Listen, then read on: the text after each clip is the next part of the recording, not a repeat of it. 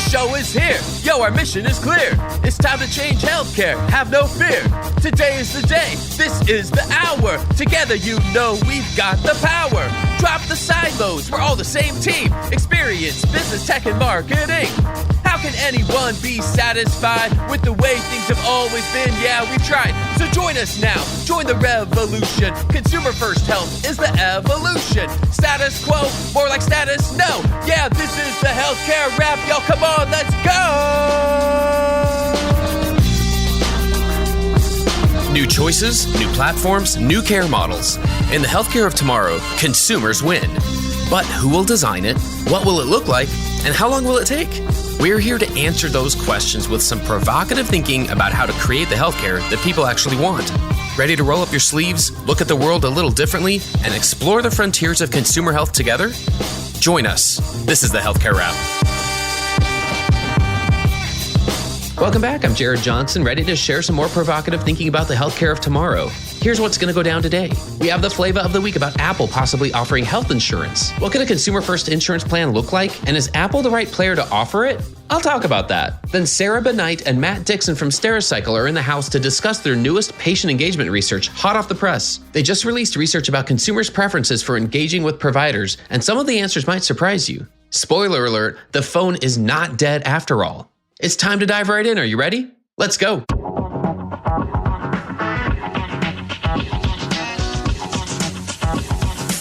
Flava of the week. Could Apple be looking to take a bite out of the health insurance market? Sorry, sometimes the headlines and dad jokes practically write themselves. In this case, the headline refers to reports that Ben Wood, chief analyst at CCS Insight, believes that Apple will take its tentative first steps into the U.S. health insurance market in 2024 in partnership with a major insurer. They would be using data from the Apple Watch that they're already collecting to give themselves a competitive edge over rivals. Stephen Megling, ambassador for digital marketing firm Haley Sue, posted his take on LinkedIn. He said, "Would you buy health insurance from Apple? I would. Apple is a consumer-focused company.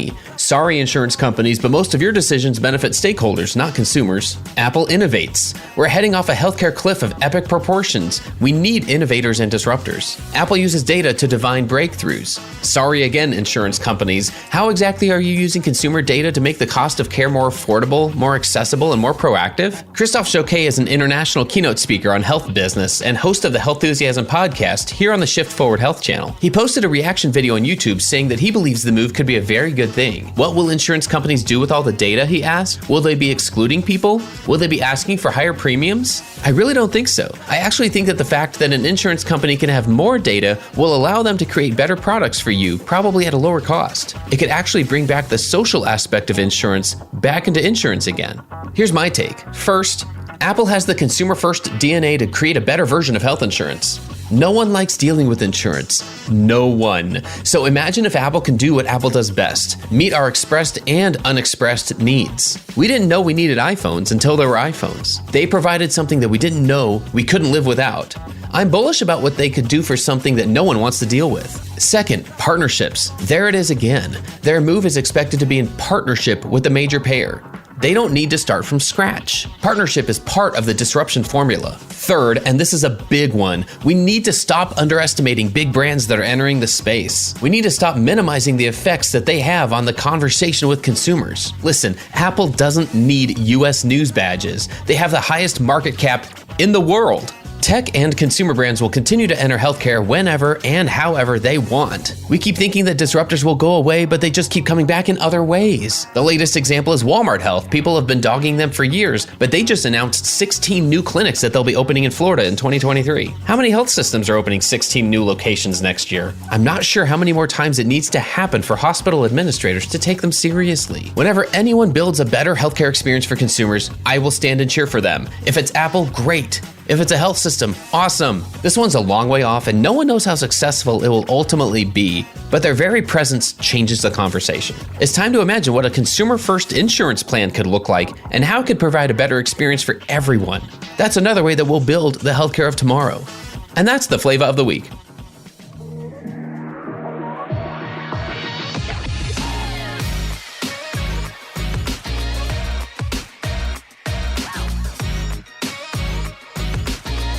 The flow. All right, everyone, let's get into the flow. Very excited for today's episode. We actually have two guests, and that means double trouble or double the insights and awesomeness. Maybe a little bit of both. We'll find out. We've got Matt Dickson and Sarah Bennight from Stericycle. Matt is the Senior Vice President of Product Strategy and the GM of Communication Solutions, and Sarah's Director of Marketing at Stericycle. Matt and Sarah, welcome to the Healthcare Wrap. Well, thank you for having us. Yeah, thanks, Jared. Excited to be here. You guys have some really interesting research that whenever we talk about consumers, whenever we talk about like what is being disrupted in healthcare, it all comes back to somebody being serviced by a healthcare professional, and the ways and the preferences that are out there are shifting. Needless to say, we're going to dive into what that means, but let me back up a little bit. Let me give you each a chance to fill in the gap in your bio and tell us anything you want our listeners to know about. Matt, why don't we start with you? Sure. As you noted, Senior Vice President of Product Strategy, also the General Manager of Communication Solutions within Stericycle. So many people wouldn't know this, but there's a little division inside of Stericycle that is focused on patient engagement. So I've been here a little over 3 years. Before that, thankfully, we're not doing this live. Nobody can boo me or throw tomatoes at me. I worked on the other side. I worked with insurance plans and payers, working with some data analytics, subrogation, coordination of benefits, et cetera, et cetera. So I've got a lot of history, happened into healthcare right out of college, and have stayed the course. Just recently made the switch over to the provider side of the business. Outstanding. Sarah, what about yourself? Sure, Jared. I've been at Stericycle Communication Solutions for 6 years in various marketing roles, and now, like you mentioned, Director of Marketing for a team that's really responsible for all areas of the marketing funnel, PR, product, all the way down to just executing on lead generation and Salesforce administration and automation.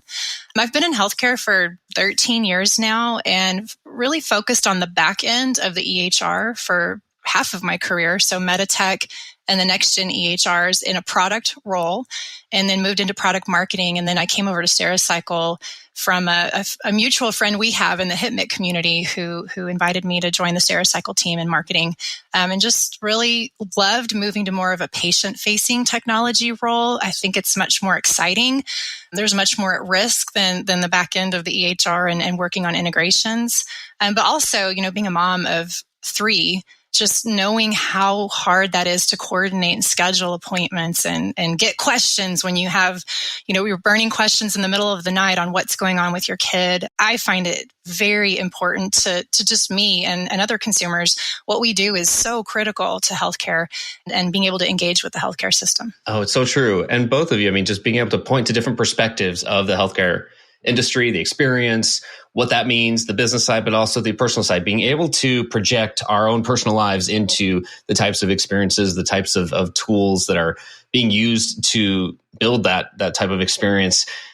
That's something we can always do more of. It's great to even have that as our starting point here. So let's dive in a little bit. I'm curious, when you already mentioned, Matt, this term patient engagement, I wonder if you can just give us a general state of the state of patient engagement today. It can mean a lot of things to a lot of different people. We already mentioned a few different types of stakeholders. But in general, if we focus on the provider side, for instance, what are healthcare organizations, what are provider type of organizations doing well? And where do they still face challenges? Let's start with you, Matt, and then Sarah. Sure. So I think the things that are doing well is what I would call tactical engagement, right? These are things like my appointment reminders, prep instructions. Don't forget to upload an insurance card or bring your insurance card with you. Let's collect your medical history. I'd say they also do pretty well at population type communication. So this would be things like it's Breast Cancer Awareness Month. Don't forget to get a mammogram. Or we see the same thing with colonoscopies. All in all, I'd say they're doing a pretty good job of that. Where I think they have a ways to go, and we have some data to support this that we'll get into later, is I think they're not doing a great job around care compliance and their communication around that. Certainly, I think they're not doing a great job with very targeted communication. I think we need to get to where N equals 1 and really looking at all the data points that can inform communication for an individual and not just a population. Because ultimately the goal of engagement is activation. And I believe to make that transition or that step between engagement and activation, it takes a much more targeted communication and a communication that is much more informed by data points outside of things like channel of choice our blanket type communication. Excellent. Sarah, what are your thoughts? Yeah, I think the evolution of what I've seen in healthcare, I think what they're doing really well is now you can tell health systems, especially marketers, care about patient engagement. You can tell that patient is a central focus and what does the patient need. You see this because they're bringing on consumer experience officers, they're bringing in patient engagement specialists. But one of the bigger challenges is they've got all these tools and technologies and solutions out there, but now there's workforce constraints.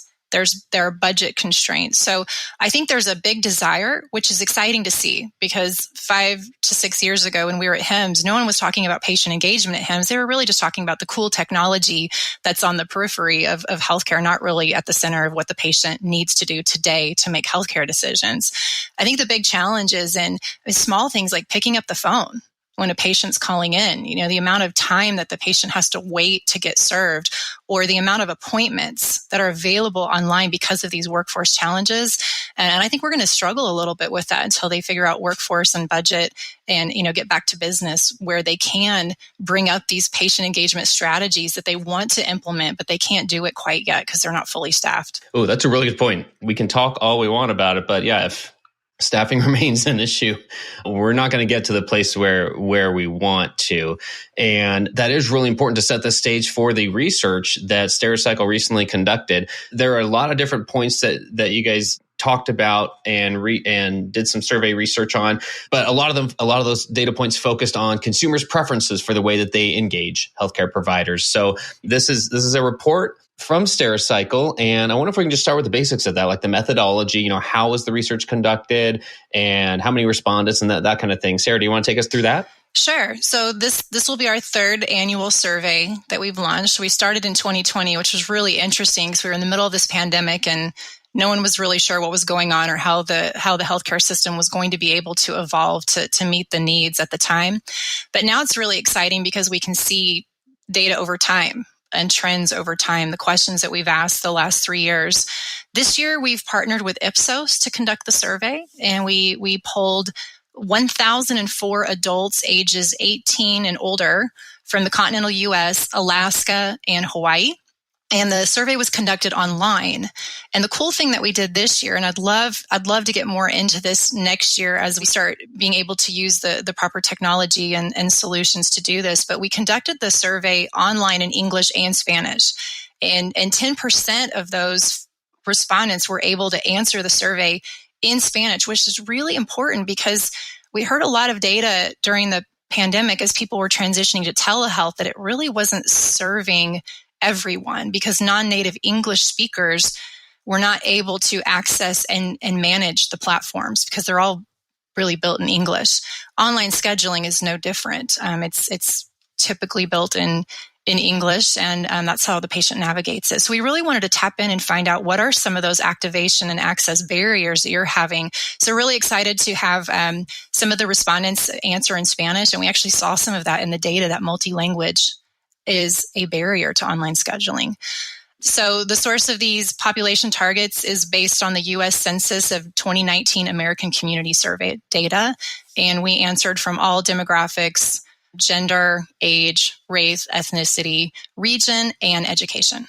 That says a lot in and of itself because what we are talking about with a healthcare experience is something different for every single individual. And the awakening, if you will, of the industry to recognizing all the factors that impact that experience for any one individual, I think this supports that thought of like, we're going through something right now as an industry. We're going through an awakening.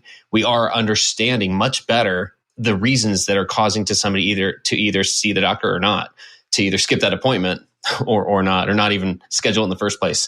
So I know there were quite a few key takeaways here. Do y'all want to walk us through some of those either key points or topics? Some of them may have been more surprising than others, but where do you guys want to start with those? Yeah, I'll start with a couple things that I think we found really interesting because there were some marked changes this year. So again, as Sarah noted, third year, channel of choice changed dramatically this year. So that's one of the things we asked, right? What channels of communication from your primary care physician do you prefer?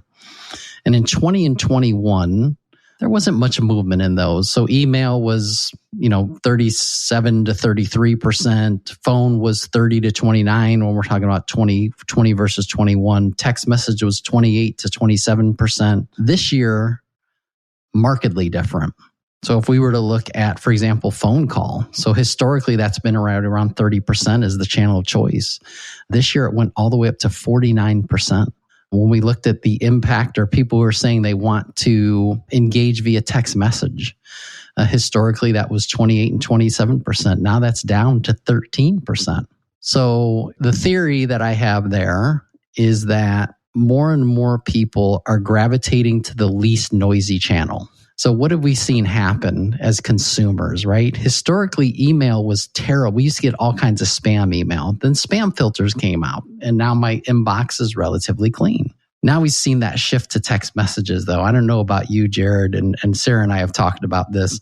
I mean, I get 10, 15 spam text messages a day. Some of them are the more sophisticated phishing type spam where somebody starts out, "Hi, how are you?" Know what I mean? Or donate to this political cause, right? Or whatever the case may be. So I think what we're seeing is the phone is kind of this last bastion of almost clean communication because of some of the actions the FCC has taken around shaken and stirred protocols to kill some of those robocalls. We're seeing carriers do a much better job at killing those robocalls.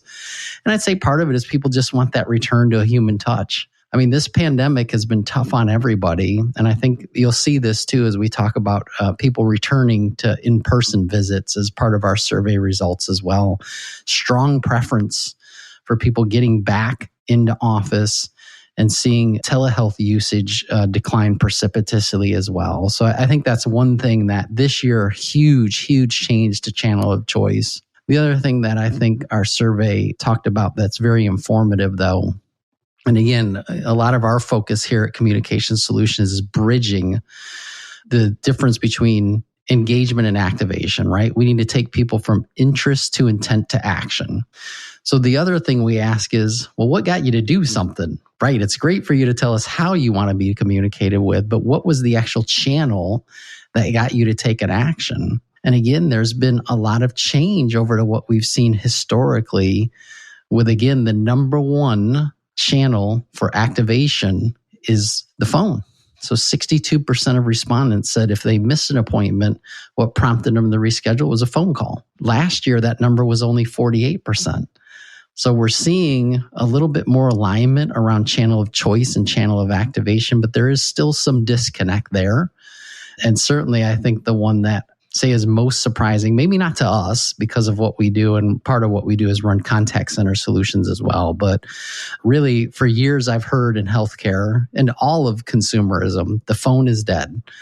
I would say at least for healthcare, and particularly in 2022, that is a far cry from the truth. Yeah, it kind of reminds me of when Slack first really started getting big, I heard email was dead.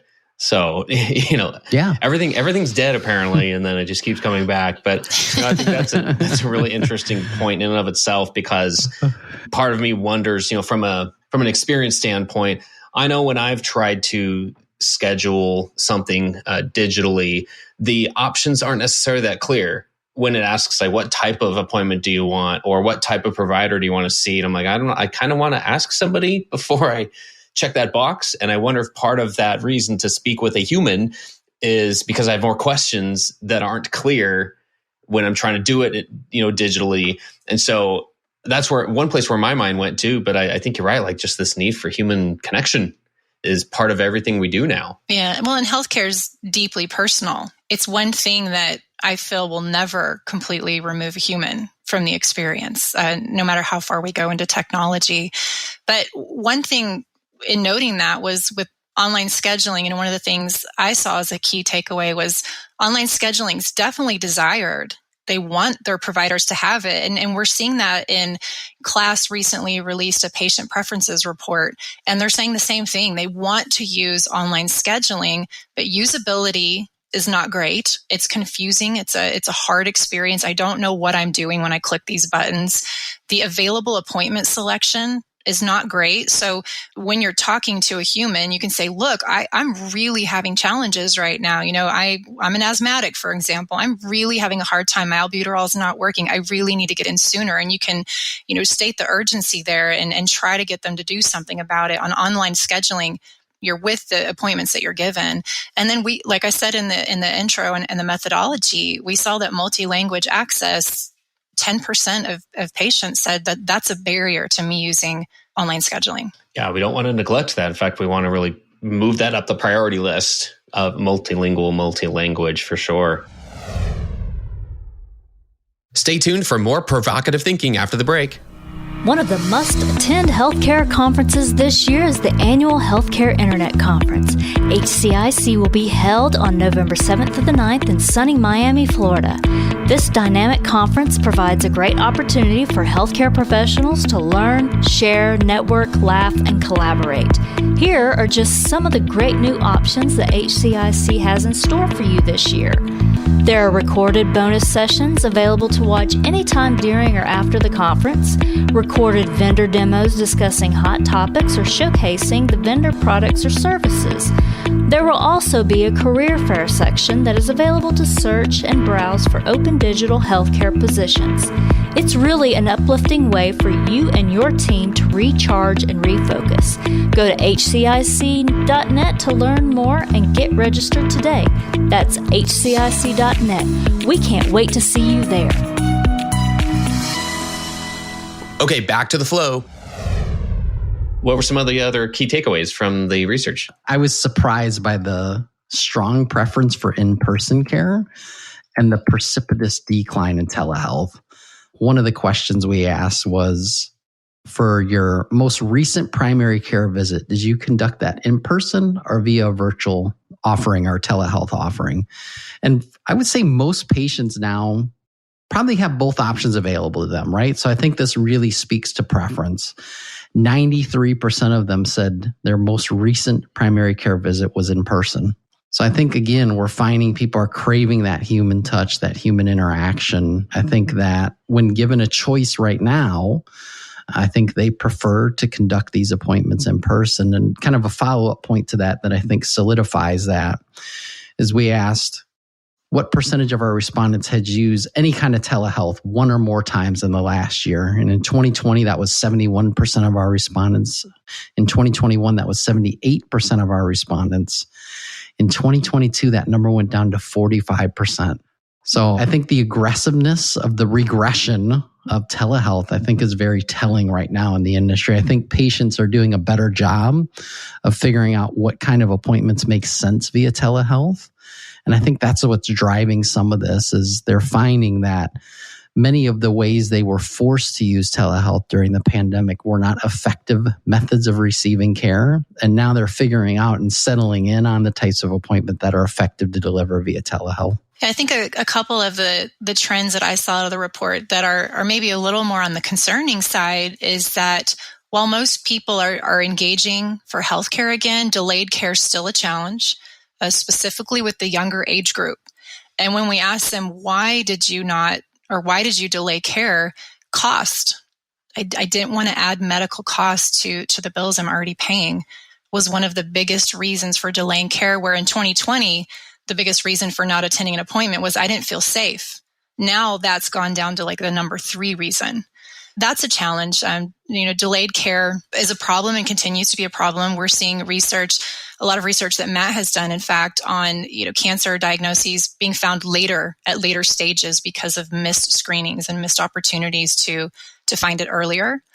The other concerning trend we're seeing is in patient follow-up. In ER visits, 91% of patients who received care in the ER needed some type of follow-up care. However, 34% of those patients did not receive a referral, and 33% of ER patients did not receive any follow-up communication after a visit. That is an alarming statistic to me, because how do you reduce ER admission rates, or how do you keep people healthy when they're presenting in your ER if there is no follow-up communication like, are you doing okay? How is your pain level? Are you taking your medication? Do you need to come back in and see us? 33%, that's a third of these patients had no follow-up communication from the healthcare system. There's a lot to be said for that. I mean, when I look at it from the experience, like the lens of the consumer who's coming in, and depending on, their state of mind, we all know people aren't out there shopping for a healthcare encounter on any given day of the week. So we're already in not our best state of mind. More often than not, when we're scheduling an appointment, there's something wrong. We're not feeling well. So to say that care didn't get to the point where it needed to be clinically, and there's a lot to be said for that. And engagement and activation, when we talk about these things that need to happen, they are often, from my standpoint at least, there are lots of little steps. It's not like an EHR that you turn on and all of a sudden you've digitized some processes and there's some benefits. Potentially we could go off an entire different episode on that. But there's not like one solution that you just plug in and you're like, cool, this is all solved. We've figured out everything with engagement and activation. It's typically a lot of different types of encounters and communications that you're having to set up and coordinate and update. So this is an iterative process. And I just feel like if I put myself in the shoes of a leader at a hospital or health system, someone who's tasked with patient engagement, and I read this research, how would I use this research in my work? Like, how can I use this to advance some of the initiatives to improve our engagement? What are your thoughts on that, Matt? Like, how can I use this research to kind of help improve the engagement at my healthcare organization? Well, the first thing is you got to start measuring activation, right? You can't just measure engagement. You've got to measure activation. So I think understanding that is critical or important to inform your decision-making process. And I think that's what this research is telling us, right? Is we probably all have a pretty clear understanding of self-reported preference for patients and how they want to be communicated with, but it is very misaligned from the reality of getting people to take an action. The other thing I would say there, Sarah talked quite a bit about delayed care and the impacts of that. There is some other data that supports that. One of the reasons, there's a couple of reasons people are still sitting on the sidelines. For younger folks, they're concerned about how much it's going to cost. For other older folks, it's typically safety is one of their primary concerns and why they're sitting on the sidelines. We talk a lot about, within communication for us, we always talk about what we call the 4 C's. There's really only 4 things that you can change, right? The context in which you send a message, which is largely timing, the content of the message sent, the channel in which it was sent, and the cadence in which you send that communication. What we've started to think about is how do you use those 4 C's to create the 5th C, which is confidence. So I think health system leaders really have to think about how they're communicating in a way that creates confidence in the patient to not only know the next step they need to take, but to feel confident about doing so, right? Whether that be, hey, don't worry if you've got cost concerns. We have programs that can address that. Don't worry if you're concerned about your safety. Here's what we're doing to ensure you're safe throughout your entire engagement. These are the things where, again, I think health systems, and that's why we talked earlier about very personalized communication. I believe to create confidence, communication has to be much more personalized than it is today. The other thing I would say there is we are quickly seeing that convenience is king, and particularly with younger folks. And our survey bears some of this data out. When we ask people, why did you see healthcare in a retail location, right? A non-traditional health system. And 61% said convenience of location was the top reason they made that choice. And we asked them what would the top factor in where they were choosing to go for non-urgent care. And 58% said location or convenience was the top factor. So what we're seeing more and more is, I think, as health system leaders even have to think about their physical footprint in that strategy. At least when I was a young man, not so young anymore, the trend was we're going to build the most sparkly new campus. And everybody's going to come to us, and this is where you're going to get care, right? It's going to be the greatest thing on the face of the earth. What we're seeing, though, is consumers are telling us, they don't care about your campus. They'd much rather have a micro location or a micro center 2 blocks from them. right? Because the reality is most of us, the way we engage with healthcare is very episodic in nature, right? I've got an ear infection. I've got a sinus infection. You don't need that deep level of specialization. So especially with young folks in particular, convenience is definitely king. And I think health systems need to start to think about, even from a physical footprint perspective, how they make those choices to create a more convenient experience for consumers. Because this is what the CVS of the world are doing, the Walmarts of the world, the Walgreens of the world. They are trying to create incidental, accidental, however you want to think about it. I was here to get some milk, and boy, I got to tell you, my ear's been bugging me for 2 weeks. Right here, boom, I can pop into a clinic and get some treatment, right? They really got to start to think about how they put healthcare kind of in the way of your day-to-day living, because that's exactly what some of these non-traditional players are trying to accomplish. Adam Charrington recently spoke at our client symposium in San Diego, and he presented us with an interesting slide that showed here's what patients want, and here's what health system leaders are working on, the programs that they're doing, or here's where they're doing really good jobs. And the disparate data points were really interesting from my point of view to see that what we're working on and what we're focusing on isn't necessarily making patient engagement easier or making it easier to activate a patient. So if I were a patient engagement leader and I read this research or any research, I would encourage them to read other research insights to help them devise their strategy. But I would map where I'm focusing resources versus where patients are still having pain points. And there are a lot of pain points you will see when you read this with this consumer survey, and try to better align the strategy with what patients actually need, especially with a smaller workforce with staffing constraints, really trying to put attention on those areas where there are huge patient gaps, like patient follow-up. That is not only going to dictate patient outcomes, but it also is maybe potentially another source of revenue. If you keep referrals in your system, you keep a healthier patient who's now getting care and taking care of what needed to be taken care of. You also have someone that's still engaging within your health system. Maybe they need a specialist that can't be serviced by non-traditional healthcare. Okay, great. Now you have a patient. Hopefully, if you treat them well and you get them through this, you continue to keep them activated.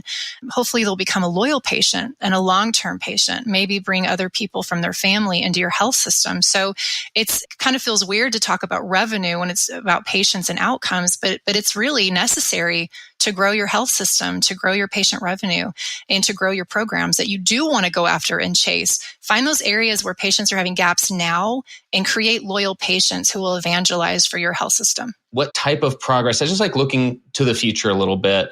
I like to say like a 24 months. Let's just say that.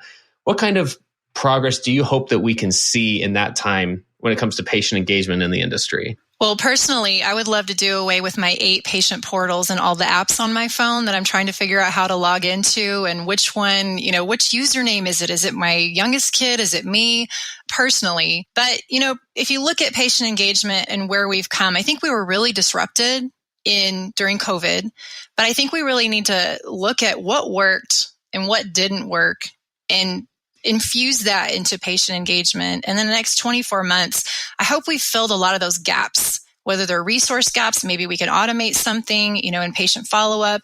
Patient scheduling is a must now. It should be enterprise patient scheduling. They should have one experience. When a patient interacts with your brand, they should have a similar experience at every venue they go to in that brand. It's your brand promise. It's your brand story. And, healthcare systems have stood behind their brands for a long time. Well, now it's time to really live that and own it.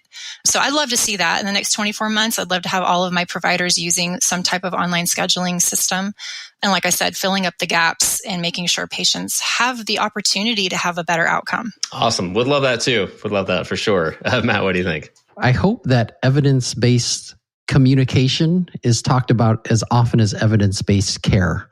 I think this is the biggest problem in healthcare communication today is, again, we are not measuring the right thing. We are not informing our strategy with enough data points. We are not taking a holistic approach. And let me give you just an example of what I mean by that to draw a fine point to it. We do health and wellness campaigns. We do a ton of these. And every year during Breast Cancer Awareness Month, our clients come to us and say, can you send out a bunch of emails text messages about scheduling a mammogram. We see the same thing with colonoscopies. We see the same thing with Heart Healthy Month, right? We see these trends. But the question they never ask themselves is, do I have any appointment availability right now to service those people? So what happens? You're creating a more frustrating experience through your communication because you're not taking a holistic approach, right? You're driving people to action to go book an appointment, and they're getting more and more frustrated because they're like, what do you mean? I can't find anything. There's nothing convenient for me right now. So those are the things I'd like to really see change. Is often communication in health systems today is too siloed. Often it's only using very simplistic methodologies around determining when that communication should go out, what channel it should be in. You know, the number one predictor of missed appointments, due to a huge study that the UK conducted, is the number and severity of mental health conditions you have. I will bet money there's not a health system in this country that considers that in their communication methodology. Like, maybe I should pick up the phone and call this person, even though what they're being seen for isn't a mental health condition. But we know that people with mental health issues are more likely to not be involved in their own personal or self-care. And maybe picking up the phone to call that person makes the most sense, even though it's more of a routine physical, right? And that's what I'm talking about, a more holistic, data-driven approach that really looks across data points across the entire health system to create evidence-based communication and outcome-based communication. It's outstanding. What a great place for us to kind of wrap up the conversation, especially giving us so much thought. Like that's something I've never considered to be a factor there in your communication and whether you show up to an appointment or not. It's fantastic. Matt and Sarah, it's been such a pleasure. I'm guessing there'll be a place once the survey is live for people to access it, download it. So we'll include a link in the show notes when that's available. In the meantime, just want to wish you both the best. And thanks again for your time today. Stay safe, stay well, and thanks for giving us so much to think about. Yeah, great. Thank you for having us on. Thanks, Jared. Thanks for tuning in. If you like what you heard, please spread the word. Tell your colleagues to tune in for all the awesomeness, then leave a review on Apple, Spotify, or wherever you listen. This show is produced by Shift Forward Health, the channel for changemakers. Subscribe to Shift Forward Health on your favorite podcast app, and you'll be subscribed to our entire library of shows. See our full lineup at shiftforwardhealth.com. One subscription, all the podcasts you need, and it's all for free. And remember, we might have a lot of work to do in healthcare, but we'll get there faster together. Thanks again.